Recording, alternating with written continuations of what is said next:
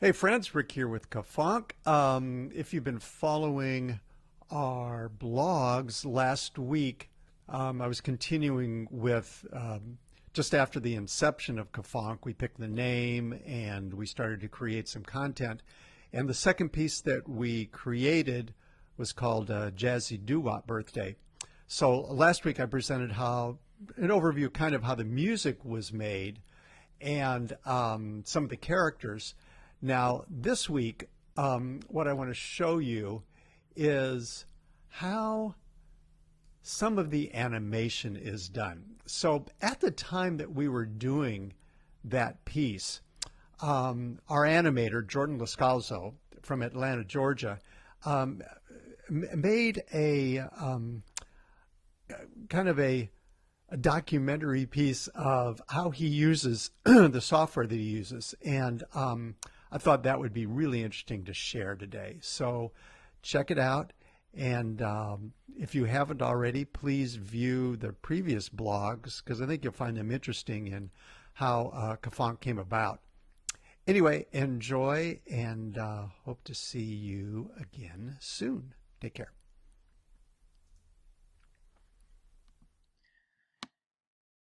Hey guys, I know it's been quite a while since I did a screen recording, but I thought, hey, why not? I just wanted to do one to show you kind of the new rigging system and what options that can open for us in the future. So right down here is called Duick Basil. The old version was just called just regular Duick. I know recently this is their most recent update where they say that they've rewritten every single piece of code and pretty much it's a brand new tool and it definitely is drastically different. But with that comes a learning curve, but good things.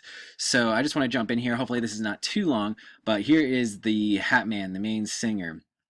Now, I've already gone ahead and I rigged him. And when you rig him, you get these little icons for the different body parts, and clicking on it, as you can see, if I click this, move the hand, the hand and everything stays connected and moves just fine. Same thing, with the feet. I can click it. There you go. So now, the old way that I had to rig these kind of characters is I would actually take the artwork, which is you're drawing in the piece, different body parts and stuff like that. And I would have to say, hey, I want this hand to be connected to the lower arm connected to the upper arm, and the upper arm to the body, and do that for all the limbs. And then I would use the old Duick and hit a button called IK. I'm not going to go into what IK stands for, but pretty much Duick does its magic to make sure all these pieces are connected, and then I can move them around, and the end result will be something like this. Now, what this new version does is that I'm not actually animating the artwork or character at all. Now, it's kind of fun. What this new version does is it creates a skeleton, and from that skeleton, I get to attach the different body parts to that skeleton.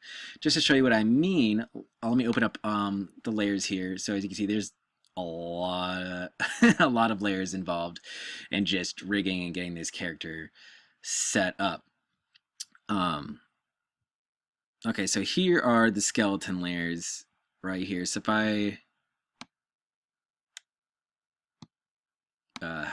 turn the eyeball on in here, turn them on, so you can see, and actually let me go ahead and hide the body parts here.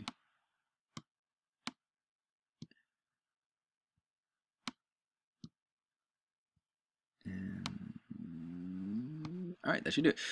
All right, so here we go. This is our skeleton.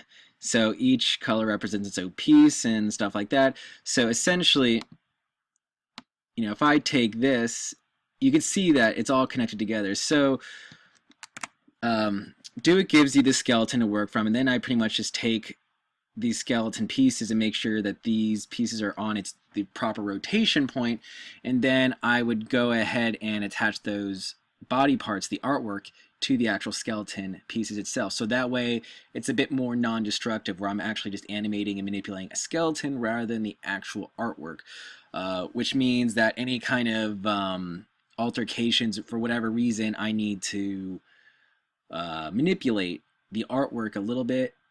It won't mess up the rig itself like it did previously. So say if I wanted to like lower the head a little bit even after it's rigged, I am able to do that now, whereas before I wouldn't be able to. So let's go ahead and turn back on our character. Try to make sure I get the turn on the proper ones, leave off the ones that need to stay off. Okay. So that's the, and you can see that, you know, the body moves along with the skeleton because the body and the artwork is attached to the skeleton itself. So I don't know about you, but I think that's really cool. So now I can go ahead and just turn off the skeleton itself. Okay, let me just go ahead and hide all the layers. So all I have here left over, the only layers that I actually want to be seen, these are the controllers that I'll be working with to animate. You know, so even got the shoulders and neck. So like I can rotate, you know, that. And of course the head.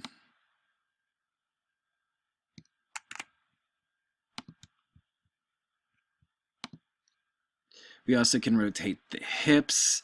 Now, this character really didn't have any hips that I broke down, so I just gave it some false hips just to add some extra movement if needed. I don't think I'll be using it that much, but I can see where it could be useful in the future. And we got, of course, the main body. I like when he leans forward. It's like, hey, whisper in my ear almost, you know. And of course the body can go down, bend the knees, and everything stays connected, and it's pretty cool. So pretty much just kind of similar to the way the characters were before. And I could go ahead and take away those. And of course the, oops, sorry about that. And of course we have our other rigs that we have here, like the mouth for the lip syncing. Okay, Mom, I will call you later. So if I move this, you can kind of see the mouth changing different positions. Same way like we've had before. And we also got the different hand positions. You can see there, as well as his right hand.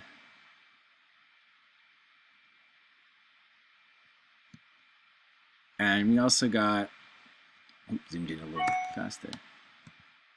Not sure if you can hear, my computer is like on overdrive right now. Okay. And we also got, like, you know, the blinking, eye control. Now the pupil I'm going to animate or turn off and on manually as, you know, it's blinking. That's not a big deal. And in the pupils, what's great about the pupils is I also did my magic, and so if I were to animate it, you know, it only can be seen within the parameters of the white of the eye. Same with the other.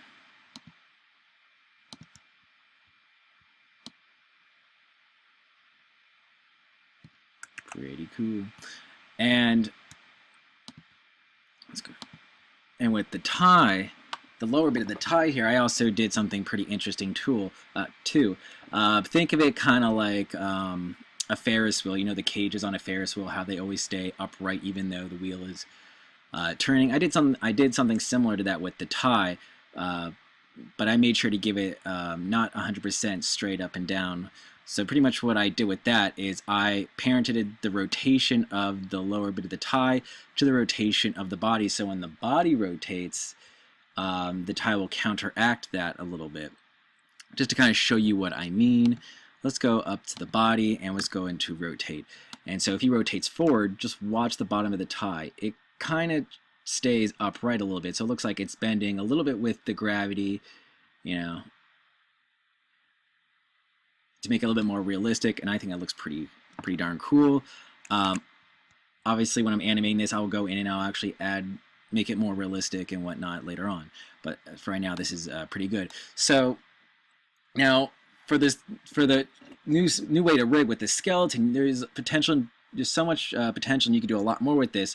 It also means that we are able to break down our characters, excuse me, even further. So, for example, for the toes, um, the feet, you know, you can also break down the foot into further segments so you have the toes, so that way the foot can bend even more, and I can demonstrate why in the future we could do that and what we can do with that.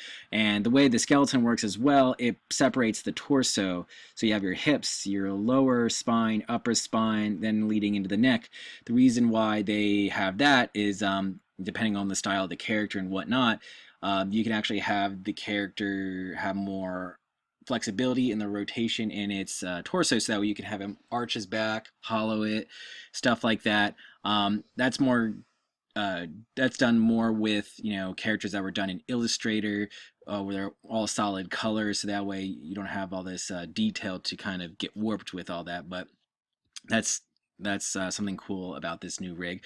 Now, just to show you the really fun part with this this new Duick here is the ease you can make walk cycles. Now we haven't done a walk cycle yet, but with this new Duick, it's just a matter of literally pressing a button and you can get a really quick walk cycle that can be customized any way you want. This is all still new to me, so I'm still learning it, but just to show you what I mean, after literally clicking a button to create a walk cycle, this is what we get as the basic walk cycle. Now, as you can see, it's extremely basic, but being able to just click a single button and the program and software does its own magic, and you end up with something like this where things are working all together. That's pretty cool to me. Whereas this would have taken hours and hours just to do it all manually. And this is the icon for the walk cycle here. And this is for future. If we want characters to walk in the future, we can do that. And this is where I told you that, you know, having the toes in here would help with that, making it look more realistic. And of course, you can have different parameters like the character's weight, height, how fast he's walking, forwards, backwards, and just kind of all of that can be manipulated. And that's only scratching the surface of what we can do with this new tool.